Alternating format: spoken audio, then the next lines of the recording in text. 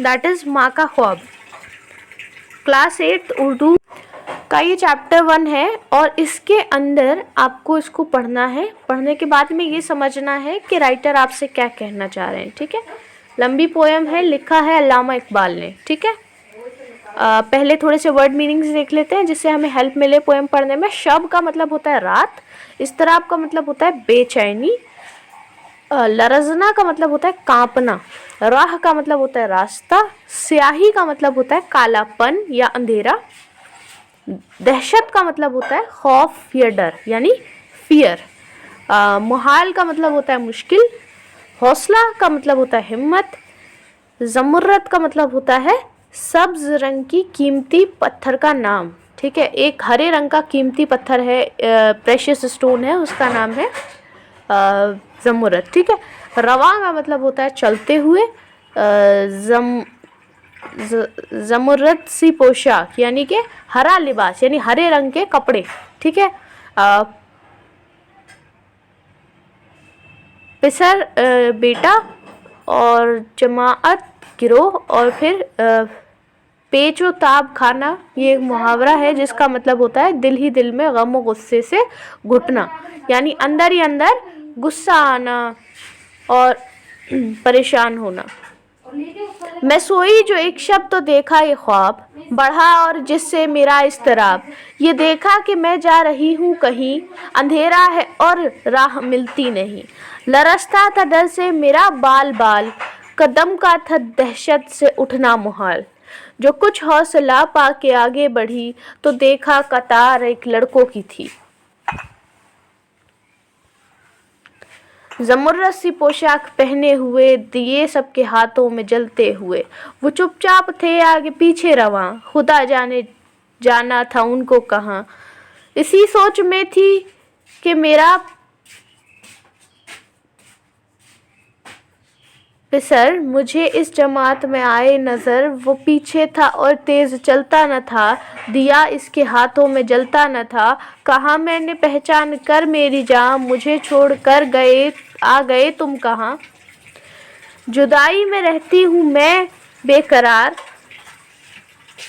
पिरोती हूँ हर रोज़ अश्कों के हार, न परवाह हमारी ज़रा तुमने की, गए छोड़ अच्छी वफ़ा तुमने की, जो बच्चे ने देखा मेरा पेचोताब, दिया इसने मुंह फेर कर यूं जवाब, रुलाती है तुझको जुदाई मेरी, नहीं इसमें कुछ भी भलाई मेरी, ये कहकर वो कुछ देर तक चुप रहा, दिया फिर दिखाकर ये कहने लगा, समझती है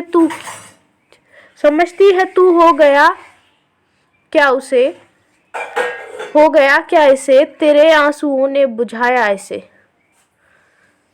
अल्लामा इकबाल की ये नज़्म है। अब इसमें गौर करने की बात पे आ जाइए एकदम एंड में। ठीक है, इस नज़्म में एक माँ का ख्वाब बयान किया गया है जो अपने बेटे को लड़कों की ऐसी जमात के साथ देखती है जिनके हाथों में जलते हुए दिए हैं, मगर इसके बेटे का दिया बुझा हुआ है और वो दूसरे लड़कों के पीछे आहिस्ता आहिस्ता चल रहा है। ये देखकर बेटे की जुदाई में रोती हुई माँ को सदमा पहुँचता है। वो बच्चे से शिकायत करती है कि वो उसे छोड़कर क्यों चला आया और इसका दिया बुझा हुआ क्यों है।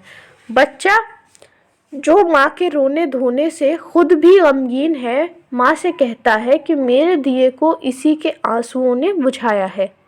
इस सबक में ये बात पोशीदा है कि माँ बाप के रोने धोने से बच्चों का हौसला पस्त होता है और इन्हें आगे बढ़ने में रुकावट महसूस होती है। पोशीदा है यानी छुपी हुई है। तो इस नज़्म में क्या बात छुपी हुई है, क्या मैसेज छुपा हुआ है कि माँ बाप जब परेशान होते हैं, रोते धोते हैं और तकलीफ़ में होते हैं तो उस चीज़ से वो अपना गम तो कम कर लेते हैं, लेकिन वो जो बच्चा है उसकी हिम्मत टूट जाती है, उसका हौसला ख़त्म हो जाता है और उसको आगे बढ़ने में रुकावट महसूस होती है। तो ये अल्लामा इकबाल की नज़्म है। चलिए अब हम नज़्म को समझ लेते हैं। ठीक है, मैं सोई जो एक शब तो देखा ये ख्वाब, यानी जब मैं एक रात सोई, एक रात को जब मैं सो रही थी तो उस टाइम मुझे ये ख्वाब आया, उस वक्त ये ख्वाब आया। बढ़ा और जिससे मेरा इस्तराब, इस्तराब कहते हैं बेचैनी को, यानी उससे मेरी बेचैनी, उससे मेरी परेशानी, उससे मेरी तकलीफ़ और ज़्यादा बढ़ गई। ठीक है, बेचैनी यानी किसी सूरत सुकून ना मिलना। ठीक है, ये देखा कि मैं जा रही हूँ कहीं, अंधेरा है और राह मिलती नहीं।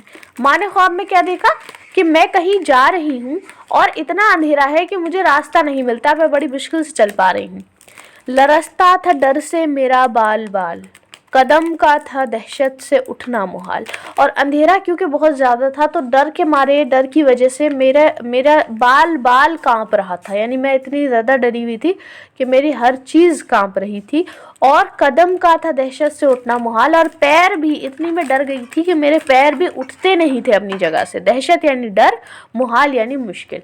ठीक है, कदम यानी पैर, लरसता यानी कांपना। ठीक है, सो ये हो गया आपका। तो यानी मैं पूरी तरह कांप रही थी और मैं चल भी नहीं पा रही थी, मैं अपने पैर भी नहीं उठा पा रही थी, इतना मुश्किल हो रहा था मेरे लिए। जो कुछ हौसला पा के आगे बढ़ी तो देखा कतार एक लड़कों की थी।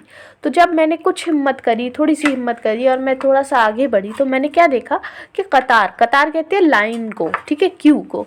तो देखा कि एक लाइन है, एक क्यू है जिसमें सभी लड़के हैं, तो एक कतार थी लड़कों की, उसको मैंने देखा। ज़मुर्रद सी पोशाक पहने हुए, यानी हरे रंग की पोशाक उन्होंने पहन रखी है। दिए सबके हाथों में जलते हुए, और सभी के हाथों में क्या जल रहे हैं? दिए जल रहे हैं। सबने हरे रंग के कपड़े पहन रखे हैं और सबके हाथ में दिए जल रहे हैं। वो चुपचाप थे आगे पीछे रवां, खुदा जाने जाना था उनको कहाँ। तो वो चुपचाप बिल्कुल खामोशी के साथ एक दूसरे के पीछे चल रहे थे, और खुदा जाने यानी मैं नहीं जानती, खुदा ही शायद जानता हो कि वो शायद वो कहाँ जा रहे थे। इसी सोच में थी कि मेरा पिसर मुझे इस जमात में आया नज़र, यानी मैं इसी सब सोच रही थी कि ये लोग कहाँ जा रहे हैं, खामोशी से एक दूसरे के पीछे दिया लेके क्यों चल रहे हैं, यही सब माँ सोच रही थी कि इसी वक्त इसे इस भीड़ में, इतने सारे लोगों में, जमात में, इसे अपना क्या दिखाई देता है? अपना बेटा दिखाई देता है। ठीक है, इस जमात में नज़र आता है, पिसर यानी बेटा। वो पीछे था और तेज़ चलता न था, दिया इसके हाथों में जलता न था। तो वो इन लड़कों की जमात में पीछे पीछे चल रहा था और इसके हाथों में जो दिया था वो जल नहीं रहा था, वो बुझा हुआ था। ठीक है, वो पीछे था और तेज़ चलता न था, तो इससे भी हमें ये पता चलता है कि उसकी हिम्मत टूटी हुई थी, उसके अंदर उमंग नहीं थी, वो तेज़ी से आगे पहुंचने की और तेज़ से चलने की हिम्मत भी नहीं थी। और दूसरी बात, इसके हाथ में जो दिया था वो भी जल नहीं रहा था। ठीक है, कहा मैंने पहचान कर मेरी जान, मुझे छोड़ कर आ गए तुम कहाँ। तो माँ ने कहा मेरी जान यानी मेरे बेटे, तो तुम मुझे छोड़कर कहाँ आ गए हो, ये कहाँ जा रहे हो दिया हाथ में लेकर के, मेरी समझ में नहीं आ रहा है। जुदाई में रहती हूँ मैं बेकरार, पिरोती हूँ हर रोज़ अश्कों के तार। माँ क्या कह रही है कि मैं तुम्हारी जुदाई में, तुमसे दूर रहकर मैं बेकरार रहती हूँ, मुझे सुकून नहीं मिलता है, मैं बहुत ज़्यादा बेसुकून रहती हूँ, बेचैनी का आलम मेरे साथ रहता है। पिरोती हूँ हर रोज़ अश्कों के तार। पिरोना, पिरोना कहते हैं जैसे मोती की माला पिरोई जाती है, मोती के बीच में जो होल होता है उसमें से धागा पास करके बहुत सारे मोतियों को इकट्ठा करके एक माला पिरोई जाती है, उसको पिरोना बोलते हैं। तो पिरोती हूँ हर रोज़ अश्कों के हार, यानी मैं आंसुओं के हार रोज़ पिरोती हूँ, यानी मैं रोज़ बहुत ज़्यादा तुम्हारी जुदाई में रोती हूँ और बेकरार रहती हूँ। ठीक है, तो माँ परेशान है बेटे की जुदाई के लिए और बेकरार है, उसको बहुत ज़्यादा वो रो रही है। ठीक है, न परवाह हमारी ज़रा तुमने की, गए छोड़ अच्छी वफ़ा तुमने की। माँ कह रही है कि तुमने हमारी ज़रा सी भी परवाह नहीं की और तुम हमें छोड़कर चले गए, तुमने हमारे साथ वफ़ा नहीं की बिल्कुल भी। अच्छी वफ़ा तुमने की का मतलब है कि तुमने वफ़ा नहीं की हमारे साथ। ठीक है, जो बच्चे ने देखा मेरा पेचो ताब, दिया इसने मुँह फेर कर यूँ जवाब। ठीक है, जब बच्चे ने देखा, अपनी माँ की तकलीफ़ देखी, अपनी माँ की परेशानी देखी और किस तरीके से उसकी माँ को चैन नहीं आ रहा है, तो बेचैनी को देख करके बच्चे ने मुंह फेर कर जवाब दिया। ठीक है, मुंह फेर कर यानी उसने मुंह दूसरी तरफ कर लिया और फिर उसने जवाब दिया, दिया उसने मुंह फेर कर यूं जवाब, यानी मुंह पीछे कर लेना, माँ की तरफ वो नहीं देख रहा है। रुलाती है तुझको जुदाई मेरी, नहीं इसमें कुछ भी भलाई मेरी। तो वो अपनी माँ से कहता है कि तुम्हें मेरी जुदाई अगर रुला रही है तो इसमें मेरा कुछ भी फ़ायदा नहीं है, मेरी कोई भलाई नहीं है। अगर तुम रो रही हो तो इसमें मेरा कोई फ़ायदा नहीं है। ये कहकर वो कुछ देर तक चुप रहा। दिया फिर दिखाकर ये कहने लगा। तो ये सब चीज़ें कहने के बाद कि भाई तुम रो रही हो, इसमें मेरा कोई फ़ायदा नहीं है, फिर उसने दिया दिखाया। जो दिया उसने मुंह फेर लिया था, तो फिर वो मुड़ा और उसने दिया दिखाया और कहा, समझती है तू हो गया क्या इसे, तेरे आंसुओं ने बुझाया इसे। यानी तुम्हें क्या लगता है कि ये दिया क्यों बुझ गया, ये दिया तुम्हारे आंसुओं की वजह से बुझ गया। तो इसमें समझ में ये आता है कि हम ये देखें तो समझ में ये आता है कि जो दिया है और उसकी जो रोशनी है वो बच्चे की हिम्मत है, बच्चे की क्या है, बच्चे का हौसला है। ठीक है, कुछ भी करने का हौसला है। और जब माँ रोती है तो वो हिम्मत, वो हौसला पूरी तरह बुझ जाता है और बच्चे के ऊपर भी इसका असर पड़ता है कि वो ठीक से चल भी नहीं रहा है, दूसरे बच्चों के साथ चल नहीं पा रहा है, उनके साथ कम्पीट नहीं कर पा रहा है, आगे नहीं बढ़ पा रहा है। तो कहने का मतलब ये है कि जब माँ बाप तो अपनी तकलीफ़ कम कर लेते हैं रो कर के, लेकिन उन्हें ये पता होना चाहिए कि इससे बच्चों का कोई फ़ायदा, कोई भलाई नहीं होती है, बल्कि उल्टा बच्चे जो हैं वो इससे परेशान होते हैं और उनका हौसला टूट जाता है। अब सोचिए और बताइए, यहाँ कुछ क्वेश्चन आंसर्स हैं। ख्वाब में माँ ने अपने आप को किस हाल में देखा? तो आप बताइए, ख्वाब में माँ ने अपने आप को एक अंधेरी जगह पर देखा। ठीक है, और वहाँ पर फर्स्ट पेज पे इसका आंसर हमें मिलेगा। ठीक है, सो बढ़ा और जिससे मेरा इस तरह, अब ये देखा कि मैं जा रही हूँ कहीं, अंधेरा है और राह मिलती नहीं। ठीक है, तो माँ ने देखा कि अंधेरा बहुत ज़्यादा है और इतना अंधेरा है कि मुझे रास्ता भी नहीं मिल रहा। माँ ने आगे बढ़कर क्या देखा? माँ ने आगे बढ़कर देखा कि हरे रंग के कपड़ों में लड़कों की एक कतार अपने हाथ में दिए लेकर आ रही है। माँ ने अपने बेटे को किस हाल में पाया? माँ ने देखा कि इस कतार में इसका बेटा भी है जो कि धीरे धीरे चल रहा है और इसके हाथों का जो दिया है वो बुझा हुआ है। माँ की बेकरारी का सबब क्या है? परेशानी का कारण क्या है? वजह क्या है? माँ क्यों बेकरार है? माँ की बेकरारी का सबब इसके बच्चे से जुदाई है, दूरी है। ठीक है, बेटे से दूरी है। लड़के के हाथ में दिया क्यों नहीं जल रहा था? लड़के के हाथ में दिया माँ के आंसुओं की वजह से नहीं जल रहा था, और इससे हमें ये पता चलता है कि लड़के की हिम्मत पस्त हो चुकी है, क्योंकि इसकी माँ जो रो रही है वो आंसुओं को देखकर, आंसुओं की वजह से लड़के की हिम्मत पस्त हो चुकी है। मैं सोई जो एक शब्द तो देखा, ये ख्वाब, ये फिल इन द ब्लैंक्स आप कर लेंगे, मिसरे मुकम्मल करने हैं, पोएम में से देख के कर लीजिएगा।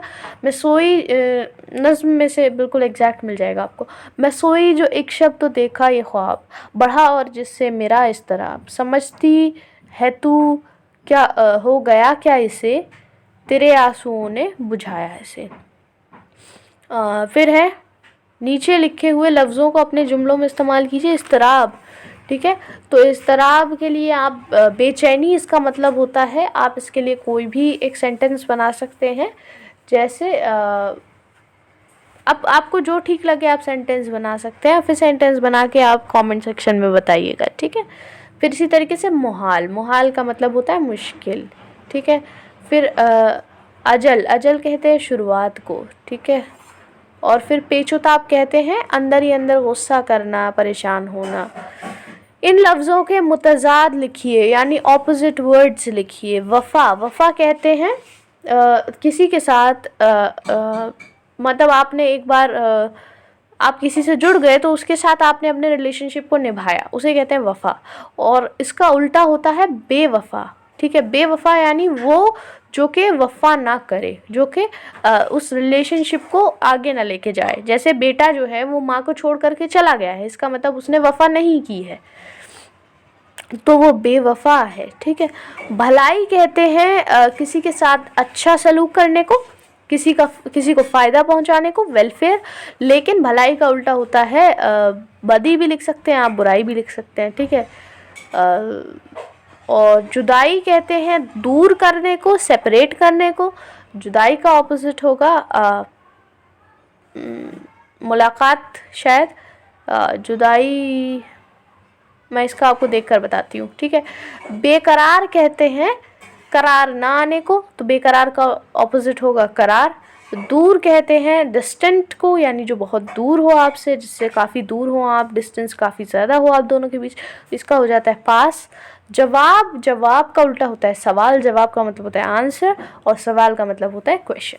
अमली काम आपको करना है, नज़म का खुलासा अपने अल्फाज में लिखिए। नज़म को आपको अपने अल्फाज में एक्सप्लेन करना है। इस नज़म को अपने स्कूल के स्टेज पर ड्रामे की सूरत में पेश कीजिए, ठीक है। ड्रामे की सूरत में आपको इसको पेश करना है, ठीक है। तो देखते हैं इसमें क्या हो सकता है, ठीक है। आगे बढ़ते हैं। पढ़िए, समझिए और लिखिए। मानने वाला, बनाने वाला और देखने वाला, ये अल्फाज किसी काम करने वाले को इजहार करते हैं। इन्हें इसमें फ़ेल कहते हैं।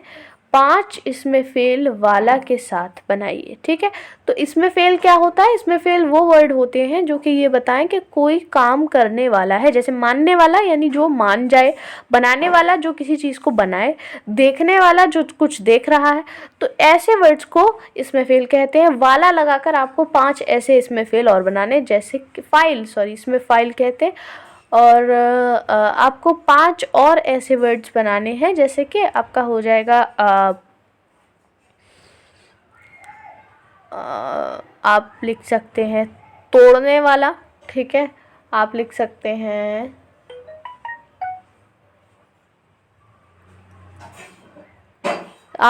हैं सीने वाला, सफाई वाला, ठीक है। आप लिख सकते हैं